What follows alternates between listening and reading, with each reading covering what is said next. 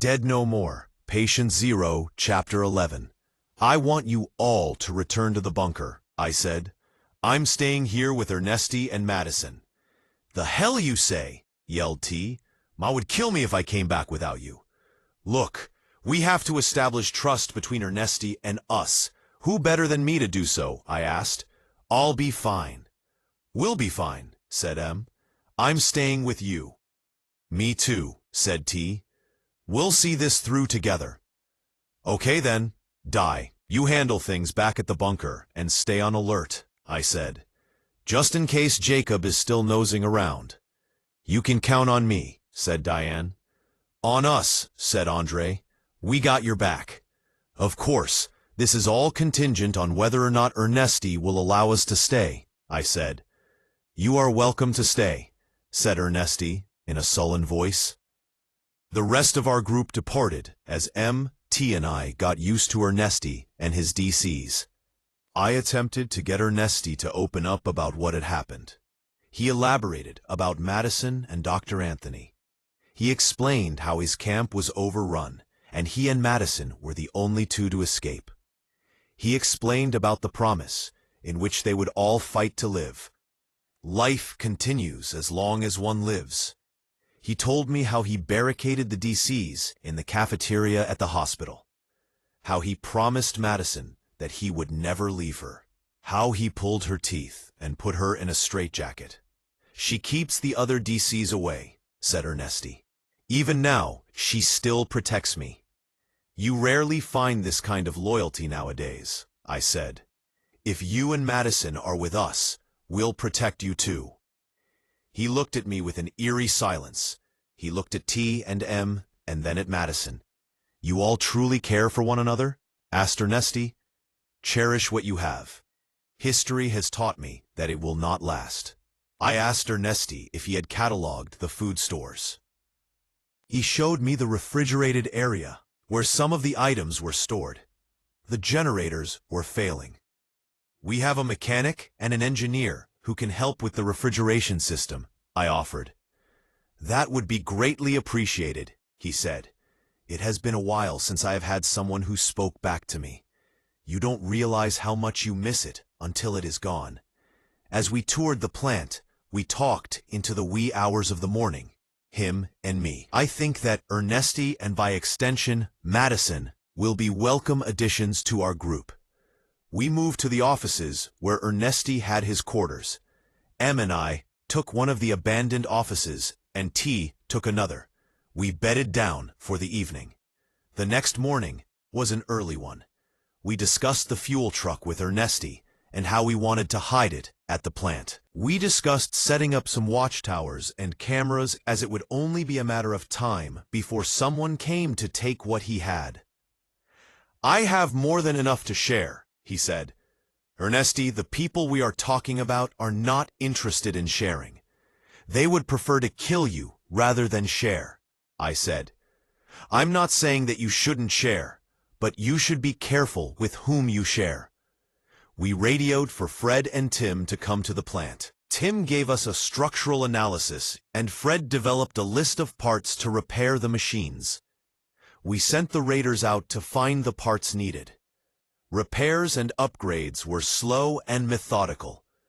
A month had passed, and there were no more incursions from Jacob, but I prefer to remain vigilante.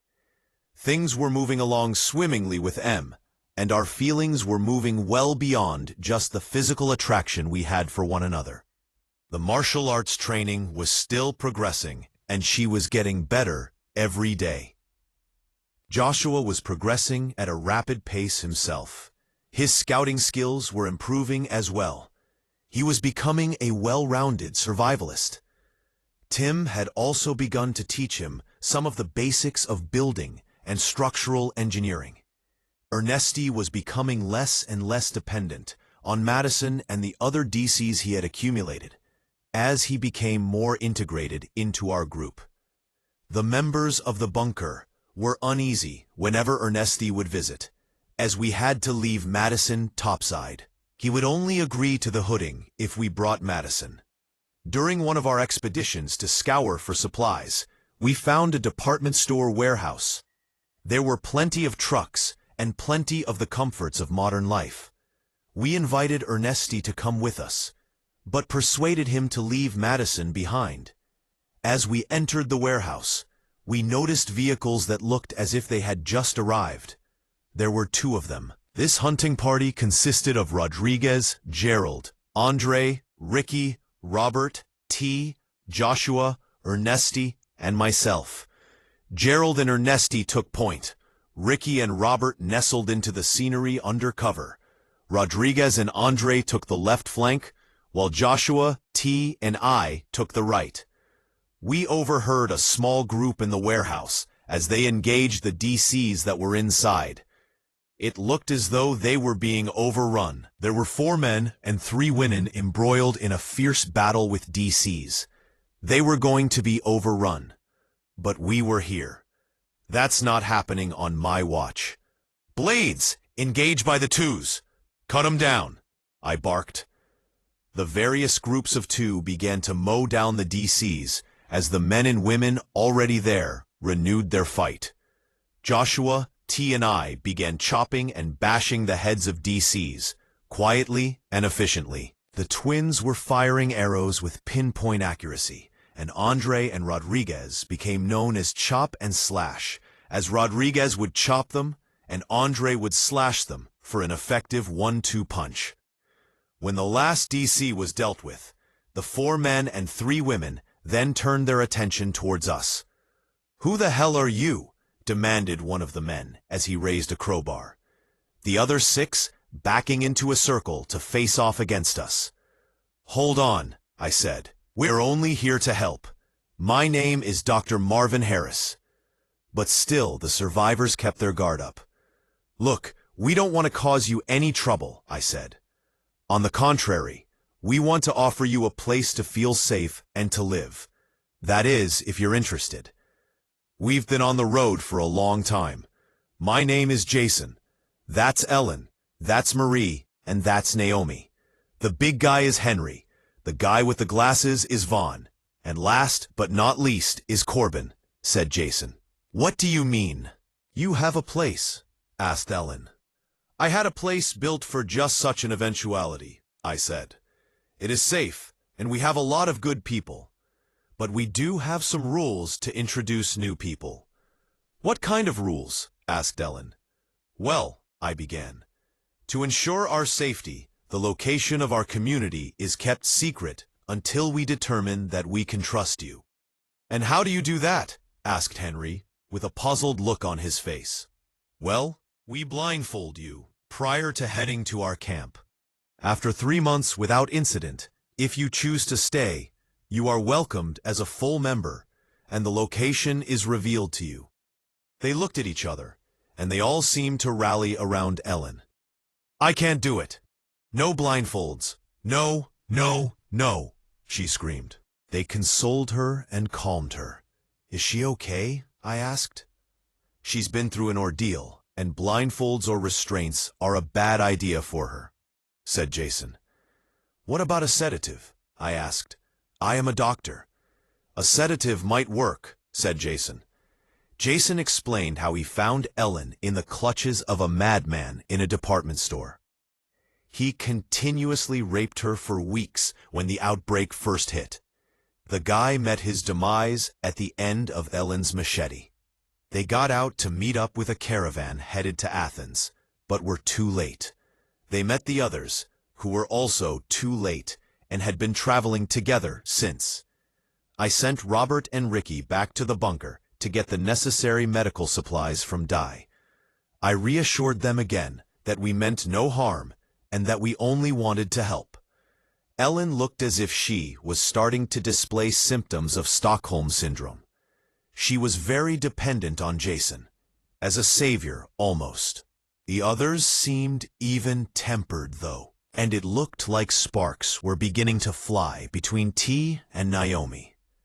"Damn, baby girl," said T. "You got it going on." "So do you," said Naomi as she smacked his butt and gripped it a little. "Damn, I think I'm in love," said T. "Baby, you ain't seen nothing yet. said Naomi as she kissed him on the mouth. Aw shit, laughed Henry. He's a male version of Naomi. Don't hate, you big bastard, sneered Naomi. You had your chance. Now I got a real man.